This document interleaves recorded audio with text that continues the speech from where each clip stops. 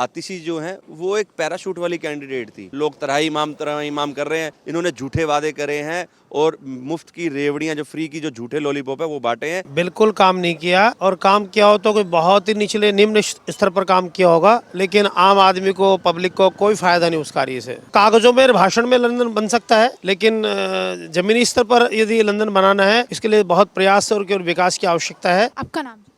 Madam मेरा नाम हरजिंदर सिंह सोडी है। और कालकाजी विधानसभा क्षेत्र की अगर बात करें तो आतिशी जो इस वक्त मुख्यमंत्री हैं और साथ ही साथ वहाँ पर विधायक भी हैं, तो किस तरीके से काम अपने क्षेत्र में देखा है या बिल्कुल नहीं देखा? मैडम ये तो आप जनता आपको बता भी रही होगी, आपके पास ओपिनियन भी आ गया होगा, सर्वे आप कर रहे होंगे। आतिशी जो है वो एक पैराशूट वाली कैंडिडेट थी। जब वो 2020 से पहले जब वहाँ पे लोकसभा के चुनाव जब लड़ी थी अपनी ये इस पे गौतम गंभीर जी अगेंस्ट, तो अपनी एक भी उस पर विधानसभा के अंदर जीत नहीं पाई थी। पैराशूट करके उनको यहाँ पे ला कर दे दिया।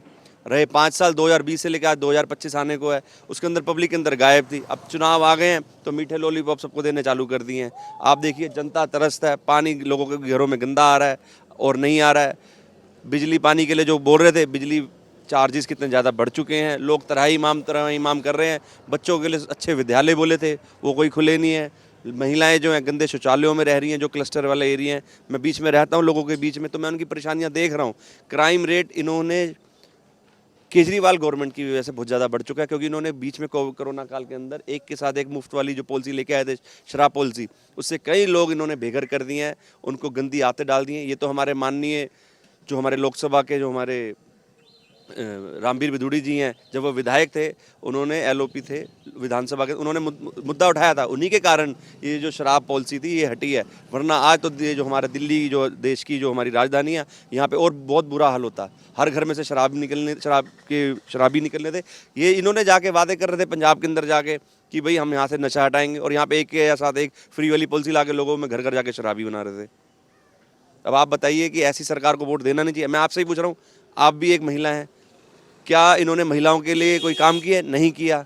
इन्होंने झूठे वादे करे हैं और मुफ्त की रेवड़ियां जो फ्री की जो झूठे लॉलीपॉप है वो बांटे हैं। सिर्फ चुनाव के टाइम में ही करते हैं ये वादे और पूरे साल गायब। इन्होंने जाके महाराष्ट्र में भी जाके, इन्होंने छत्तीसगढ़ में भी लॉलीपॉप बांटा, बिहार में भी बांटा, जहाँ जहाँ पंजाब में था, हर जगह इन्होंने बोला कि हम जाके करेंगे, पर कहीं पर भी इन्होंने जाके 1000 रुपये लागू करा? आप पंजाब में देख ली, पंजाब से कितनी सारी वीडियो आ रही हैं। जितने वादे कर रहे थे कुछ भी नहीं करा इन्होंने। अब इनका अंतिम समय आ चुका है, लोग जागरूक हो चुके हैं, इस बारी इनको समेटना तय हो चुका है जनता के द्वारा। अच्छा, कई सारे सर्वेस थे, उस सर्वे में आपका नाम भी निकल कर सामने आ रहा है, तो इसे किस तरीके से देखें? मैडम देखिए, मैं एक ज़मीन से जुड़ा हुआ इंसान हूँ। मैं एक आम इंसान का दर्द पूरा भली भांति से जानता हूँ।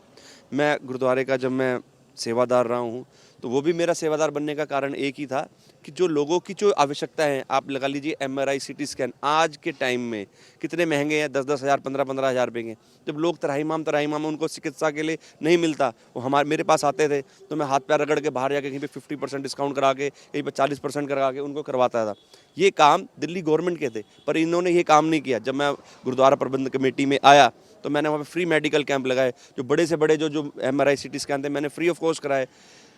इन्होंने जो हमारी चिकित्सा का हमारा जो था स्वास्थ्य का, इसमें जीरो पॉलिसी, इनकी कुछ भी काम नहीं किया केजरीवाल गवर्नमेंट ने। और आतिशी तो इस टाइम पे CM कैंडिडेट है, CM हैं दिल्ली की, मुख्यमंत्री रही हैं, ये शिक्षा मंत्री भी रही हैं। आप देखिए कोई भी बच्चा आज दिल्ली का, उसके लिए किताबें, बुक्स, हर चीज़ कितनी महंगी हो रही है। इन्होंने भ्रष्टाचार हर चीज़ में करा है। इन्होंने स्कूल के अंदर जितने भी प्राइवेट स्कूल हैं उनके साथ साठ-गांठ करके हर साल स्कूल की फीस बढ़ रही है, स्कूल की किताबें बदल रही हैं, स्कूल की यूनिफॉर्म बदल रही है, सारा इनको पैसा मिलता है वहाँ से हर साल। आप देखिए पुराने टाइम में जब तक इनकी सरकार नहीं आई थी 2014 से पहले, कभी कभार ही स्कूल की यूनिफॉर्म चेंज होती थी, कभी कभार ही सिलेबस चेंज होता था।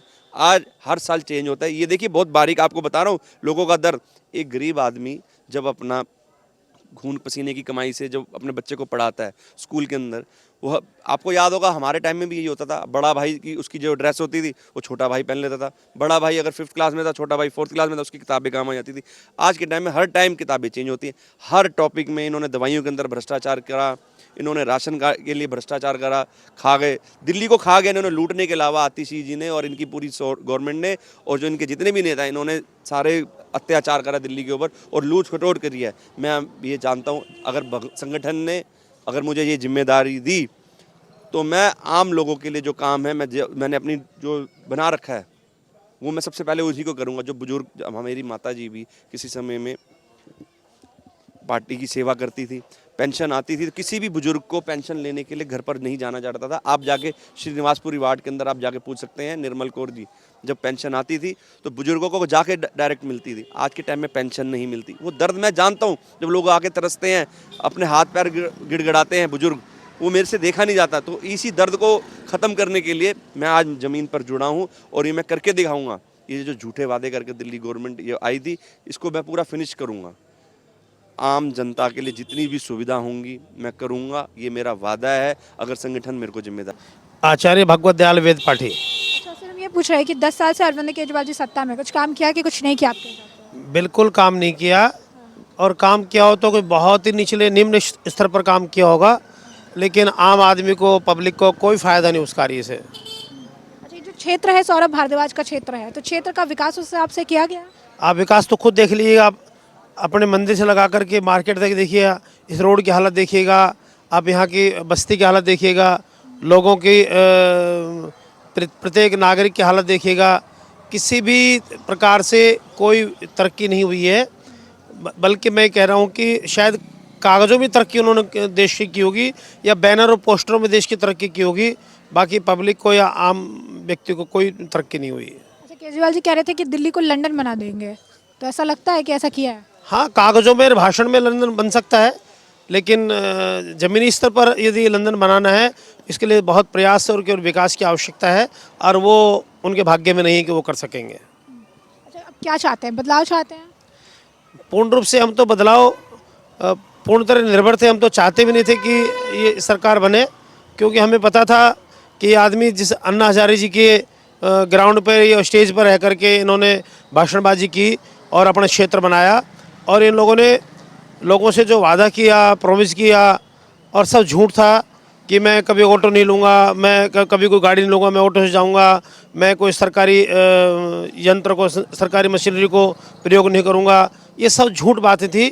उन्होंने सब चीज़ें यूज की, और शायद किसी भी मुख्यमंत्री का इतना बड़ा आवास या सुंदर आवास नहीं होगा जो आज केजरीवाल जी का है। तो ये सब चुनावी भाषण थे उनके, और उन्होंने 10 वर्ष राज्य कर लिया। यद्यपि शराब घोटाले और अन्य घोटालों के तहत उन्होंने कारागार की हवा भी खाई है, और ये उनके लिए नित्यांत आवश्यकता भी थी। अच्छा सर, एक बात बताइए, जैसे कि अरविंद केजरीवाल कह रहे हैं कि फ्री इलेक्ट्रिसिटी दिया, फ्री पानी दिया, इससे ही जो है जनता में वापस आती है, कोई सरकार ऐसा कर नहीं पाई, इस पर क्या कहें? नहीं, अब ये फ्री का लोग समझते नहीं है। ये फ्री फ्री फ्री, मैं तो बहुत विपक्ष में हूँ फ्री के। और भगवान कृष्ण की ये जन्मभूमि है, कर्म भूमि है।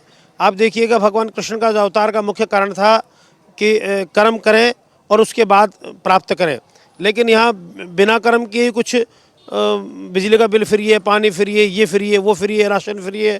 ये फ्री की जनता को आदत डाल करके मैं कह रहा हूँ कि भिखारी बनाना तो उचित है, लेकिन किसी को शिक्षा और व्यवस्था देना बहुत मुश्किल और कठिन काम है, जो केजरीवाल जी नहीं कर सकते।